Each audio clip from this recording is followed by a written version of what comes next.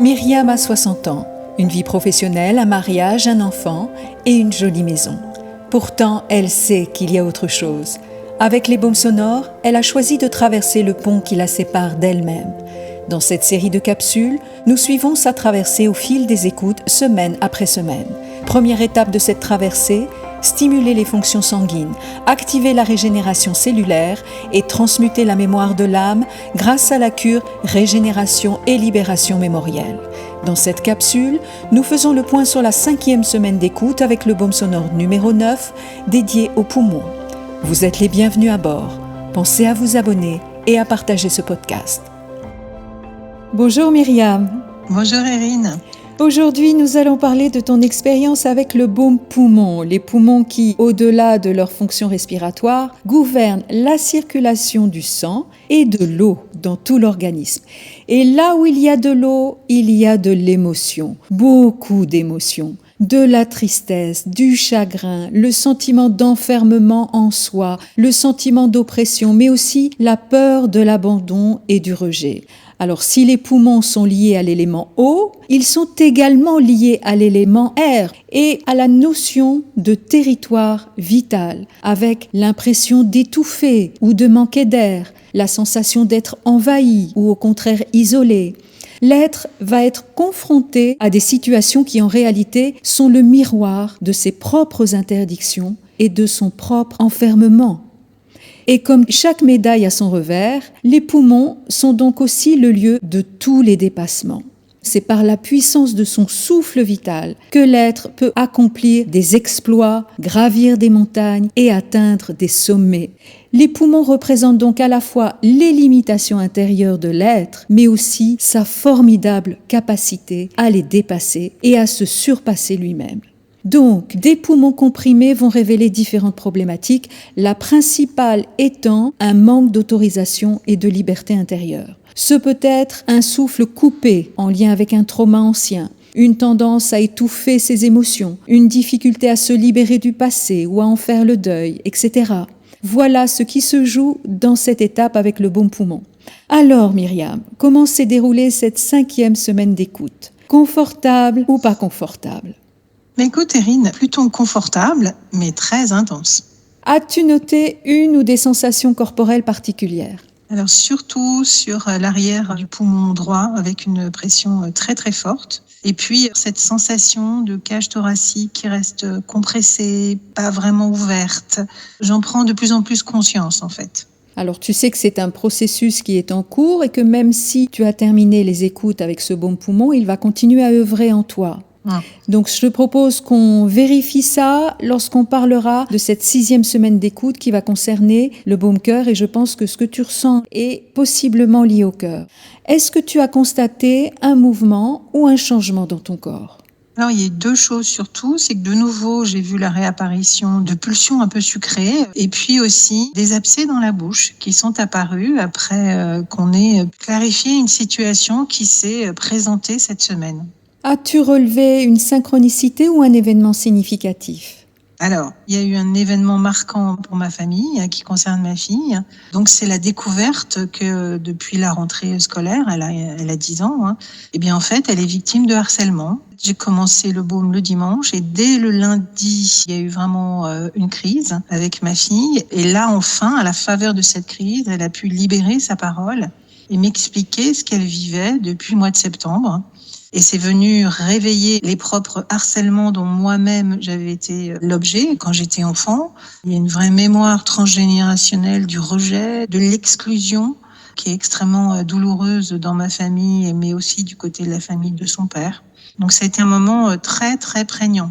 Ça commence à avoir des résonances au niveau de ce que j'appelle le premier cercle, c'est-à-dire les proches. En libérant cet espace lié à l'abandon et au rejet, eh bien, tout de suite, ce qui se manifeste, c'est ta fille s'exprime sur le sujet. Elle ne l'a pas fait les semaines précédentes. Elle le fait à ce moment précis de la cure. Et ça, c'est vraiment très beau à voir et ça a entraîné aussi quelque chose. Je pense qu'on peut en parler. Mais ce qui a été absolument fascinant, c'est que le dimanche, je commence la cure. Le lundi, elle parle. Le mardi, tout de suite, j'ai demandé à avoir un rendez-vous avec le professeur. Mais dès le mardi, je suis tombée sur 2 podcasts qui parlaient d'expériences avec les baumes sur des enfants. Et tout d'un coup, je me suis dit, mais c'est ça, bien sûr. Et donc, je t'ai appelé pour te dire, mais voilà la situation. Comment est-ce qu'on peut aider ma fille avec les baumes ?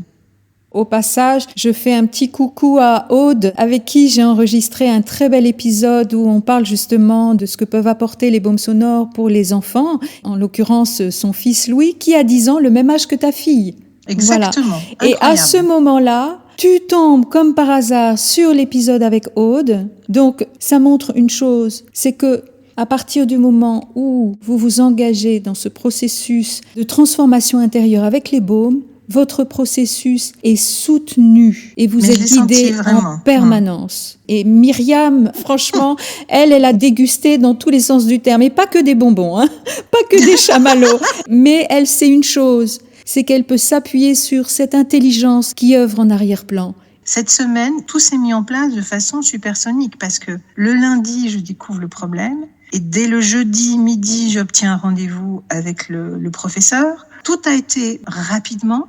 Et je pense que c'est lié à cet ancrage intérieur que j'ai eu quand tout ça est arrivé, par l'entraînement que j'ai maintenant avec les baumes, et qui a été, j'ai les ressources pour faire face à cette situation. Voilà, donc ce n'est plus l'ego qui est en contrôle, mais le maître qui est en maîtrise. Et parce qu'il a repris possession de son territoire intérieur, il est aussi en pleine possession de ses moyens.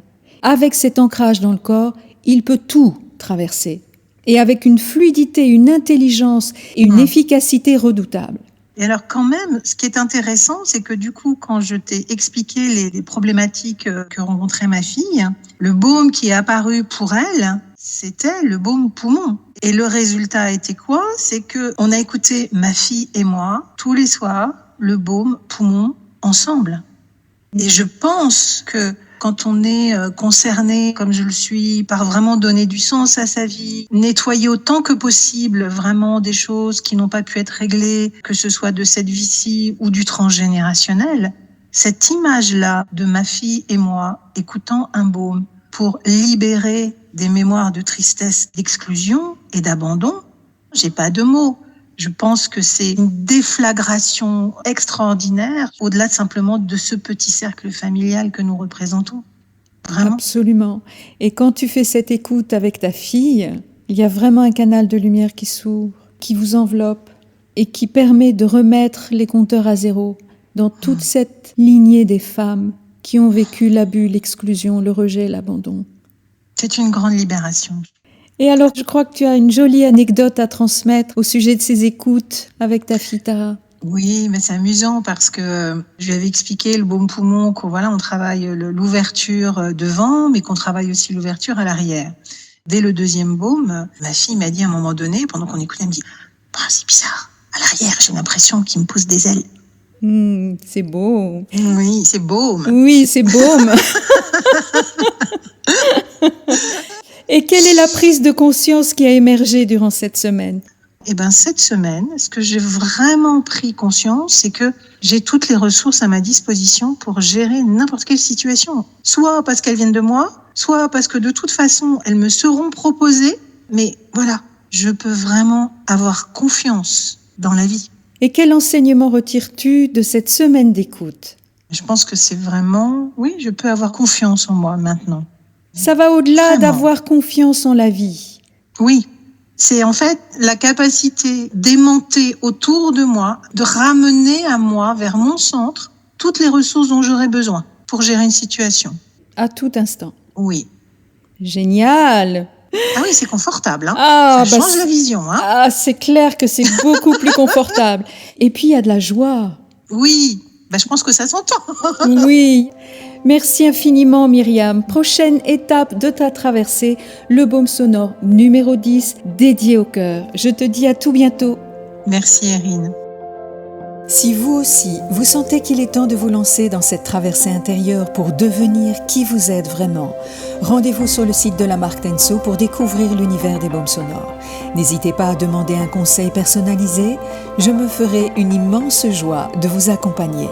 Rendez-vous pour la suite de la traversée de Myriam, car cette traversée est aussi la vôtre. À très bientôt.